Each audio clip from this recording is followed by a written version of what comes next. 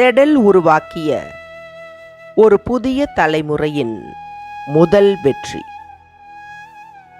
இமயம் எழுதிய செடல் நாவல் பகுதி 2.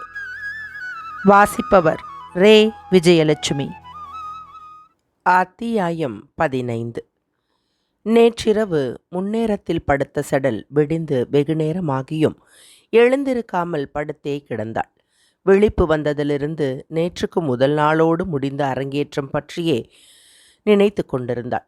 மொத்தம் 16 பையன்கள். பையன்களை கொண்டு வந்து சேர்த்ததெல்லாம் விட்டமும் செல்லையாவும் தான்.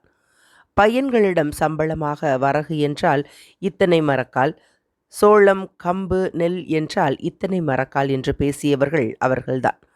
படி வாங்குவதோடு நிற்காமல் அவர்களின் காடுகளில் விளையும் பயர் வகைகள், கீரை, காய் வகைகள் என்று தினமும் ஆட்டத்திற்கு வரும்போது கொண்டு வரச் சொல்லி நன்றாக வாங்கி சாப்பிட்டார்கள்.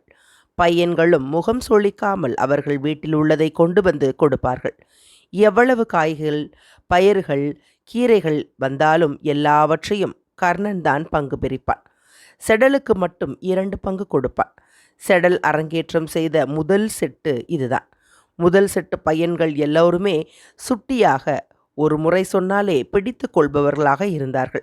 அதிலும் கீரனூரிலிருந்து வந்த சேகர் என்ற பையன்தான் மற்ற எல்லா பையன்களையும் விட படுச்சுட்டியாக இருந்தான். இருந்ததிலேயே அவன்தான் சின்ன பையனாகவும் இருந்தான். 15 வயது கூட முடிந்திருக்காது. இன்ன அடவை இப்படித்தான் போட வேண்டும், இன்ன பாட்டை இப்படித்தான் பாட வேண்டும் என்று ஒரு முறை செய்து காட்டினால் போதும், அப்படியே பிடித்து கொள்வான்.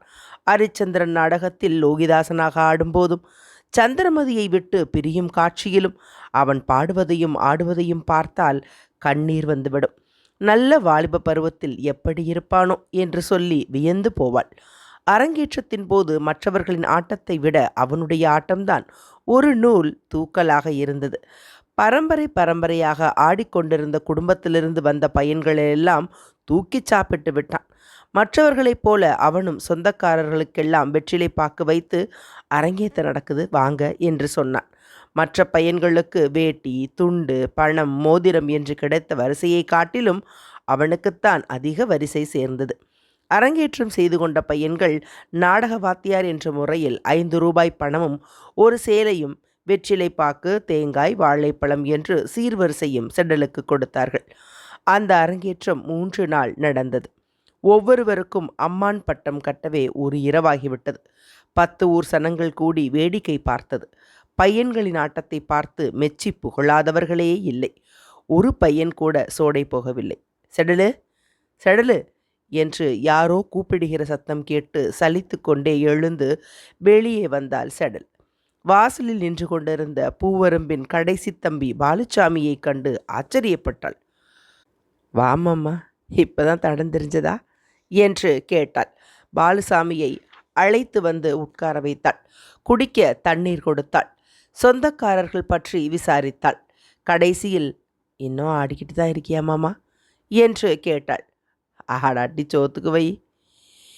எங்கள் பெரிய அண்ணன் செட்டில் தான் ஆடுறேன், எங்கள் செட்டில் சேர்ந்து நீ ஆடுறியா? வர்றேனே என்று சொன்னவள் பாலுசாமி எதற்காக வந்தான் என்று கேட்டாள். ரேட்டா நாள் என் மவளுக்கு பொட்டு கட்டுது, பொட்டை எடுத்து கொடுக்க ஒன்று வர சொன்னாங்க, செய்தியை சொல்லிட்டு போகத்தான் வந்தேன். எந்த பிள்ளைக்கு பொட்டு கட்டுது? கடைசி பொட்டையத்தான். என்ன திடீர்னு? எங்கள் சின்னம்மா பாவாய்க்கு தான் 2 வருஷமாக நடவோட இல்லாமல் போயிடுச்சு. சரியாக கண்ணும் பிரியலை. கேவியாக இருக்குன்னு நிறையா ஊரில் படியே தர மாட்டேங்கிறாங்க. போன வருஷம் திருநாவுக்கே வெளியிலேருந்து தான் ஆளை கொண்டு வந்து திருநாவை முடித்தாங்க. வருஷம் இப்படியே செய்ய முடியாது, உன் குடும்பத்தில் ஒரு குட்டியோட பேரை சொல்லுன்னு கோயிக்காரங்களும் சொன்னாங்க. முடியாதுன்னு சொல்கிறதுக்கு என்ன இருக்குது? நாளை குறிப்பிடுங்கன்னு சொல்லிவிட்டேன். இப்படி ஒரு புள்ள போனால் தானே மற்ற உருப்படியில் நாடேற்ற முடியும். எத்தினி கோவில்? இவ்வளோதானா? ஆமாம், 3வது பயலுக்கு கண்ணால் வச்சுருக்கிற. கண்ணால் செலவுக்கு தவசம் ஒன்றும் இல்லை, உங்ககிட்ட இருந்தா கூட. இப்படி கேட்டால் எப்படி இருக்கும்? திருநா போடட்டும், படியை வாங்கி தர்றேன். நம்ம சொந்தக்காரங்க எல்லாம் வருவாங்களா? லட்சுமி வருமா? இன்னும் 1 மாதம் தானே இருக்குது. படி வாங்க போகிறப்ப ஆளை விடு, கூட வர்றேன். மறந்துவிடாத. சரி, நான் கிளம்புறேன் என்று கிளம்பியவனை கட்டாயப்படுத்தி உட்கார வைத்து, என்ன அவசரம், செத்தப்படு, சோறாக்கி போடுறேன், சாப்பிட்டு போகலாம் என்று சொல்லிவிட்டு செடல் அவசரமாக அடுப்பில் நெருப்பை வைத்தாள். அத்தியாயம் 15 நிறைவுற்றது.